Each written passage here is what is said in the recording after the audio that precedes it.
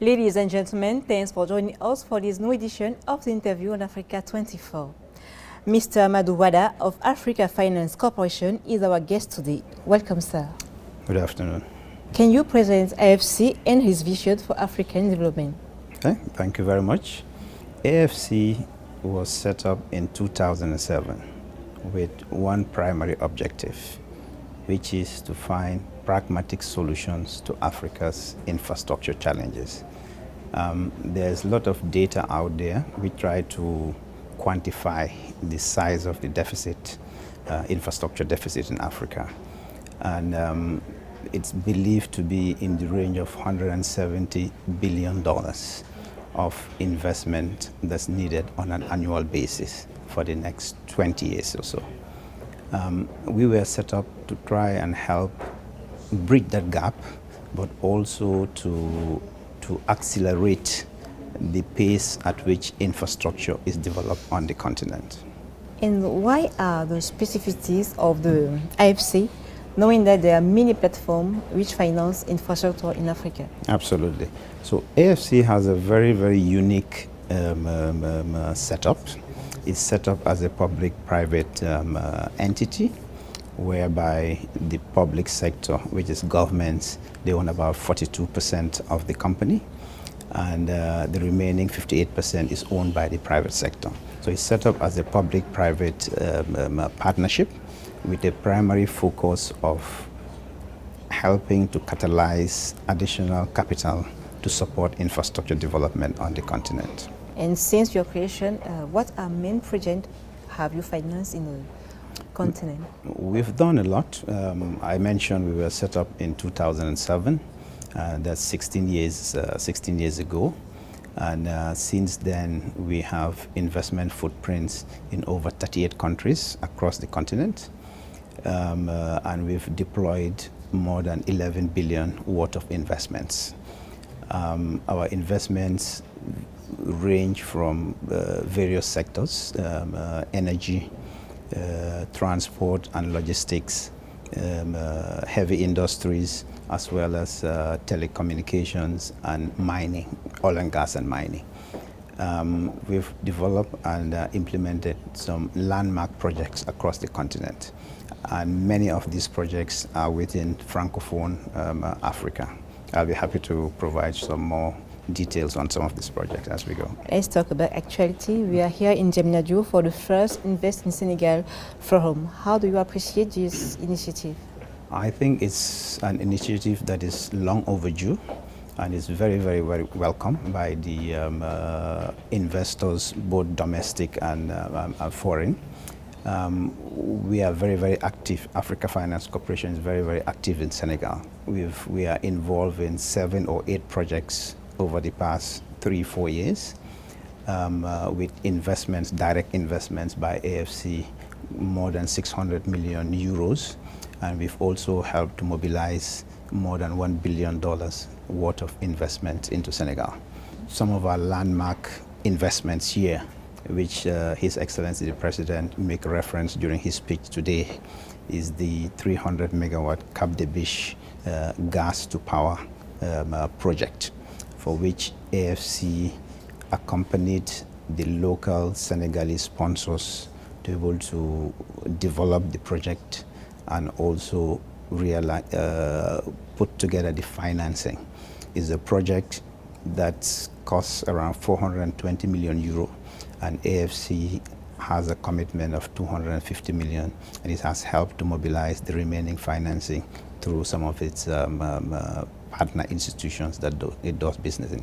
But what's unique about that transaction, which I think the President specifically mentioned at his speech today, is the fact that this project is being developed solely by Senegalese in Senegal, using and is going to utilize the gas from Senegal. If you look at all the IPPs that have been done previously in Senegal, all of these projects were done by foreigners, mostly European or American developers. And there's a conscious effort to try and encourage Senegalese citizens to also be involved in this sector. One of the primary objectives of AFC is local capacity building. And we use this initiative to support the local Senegalese sponsors, not only to develop the project, but they managed to develop the project in a very accelerated manner. Typically, power projects of this nature, they take about 5 years to develop. They were able to develop it within 2 years, and construction has started, and 45% of the project has been completed so far. Do you think you could improve your investment in this country? Absolutely. We have a pipeline of over $1 billion of projects here in Senegal. So besides this Cap de Biche 300 megawatt that I mentioned, we are providing support to the government of Senegal through budget support. We are also supporting the Sambangalu Dam, for which is the regional project comprising Gambia, Senegal, and I believe Guinea-Conakry, which is a hydropower project. We are providing financing to FERA, which is the Senegalese National Road Agency, for the rehabilitation and maintenance of roads. But more importantly, we also had an intervention with SAR, which is the national refinery. They had some significant issues with regard to their production. We provided them with a 90 million euro facility in a very, very accelerated manner. And they were able to utilize those funds to do major rehabilitation of the refinery, and is now fully operational. Besides that, we are also providing support to the Sangomar oil fields, which was also referenced in today's session. What AFC does is it does financing in a number of sectors, but more importantly, it also provides financing across the entire value chain. From the conception, and we have this facility called Project Development Facility, which most development banks don't have. And this helps countries and the private sector to undertake those initial studies that would help international investors and lenders to be able to finance a project that has been properly de-risked through that process. And what about this agreement with APIX, Agence de la Promotion de l'Investissement et des Grands Travaux au Sénégal? Absolutely. So one of our investment vehicles is called the Arise platform. Yes. And it develops special economic zones.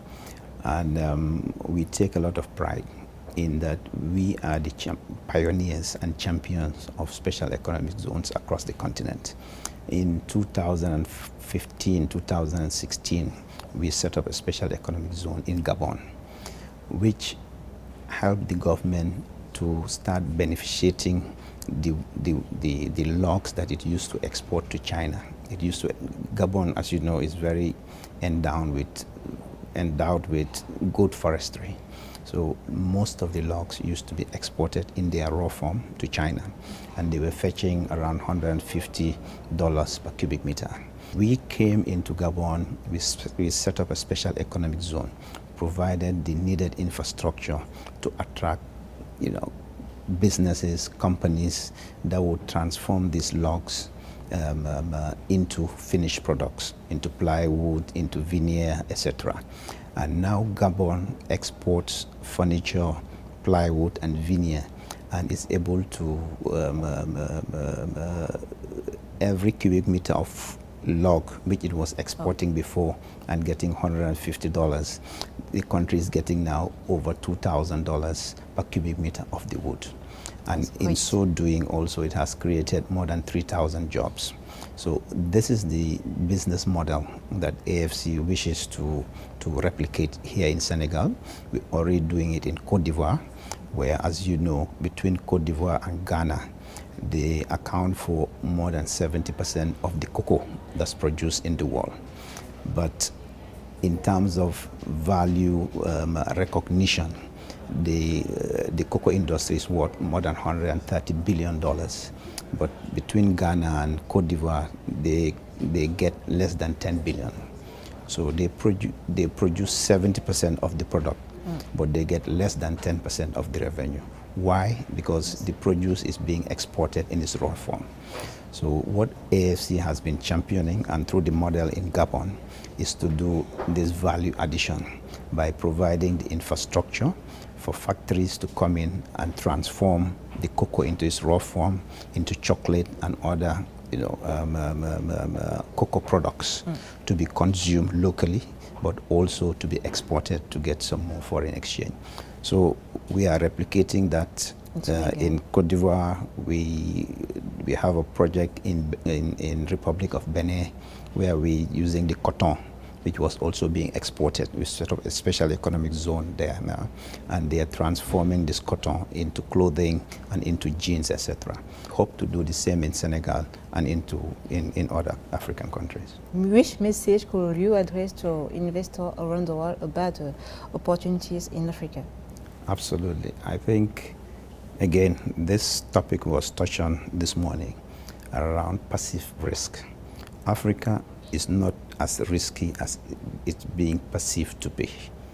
And I think that's the work that AFC and other African champions need to continue to make, because I think the president gave an example around if there's a tire that's set on fire, risks for Senegal goes up. But if hundreds of tires of buildings in some European country set on fire, nothing happens from a risk perspective.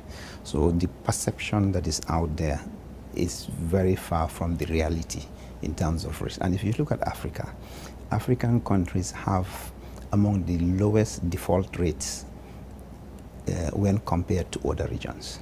So there's really no justification why the risks attributed to Africa, or the perceived risk to Africa, is much higher than those regions. So I think there has to be sensitization, and there has to be a conscious effort to try and address this anomaly. Mr. Wadda, it was a pleasure having you here. Thanks. Thank you very much. Ladies and gentlemen, thanks for watching. Stay tuned on Africa 24 for more news programs.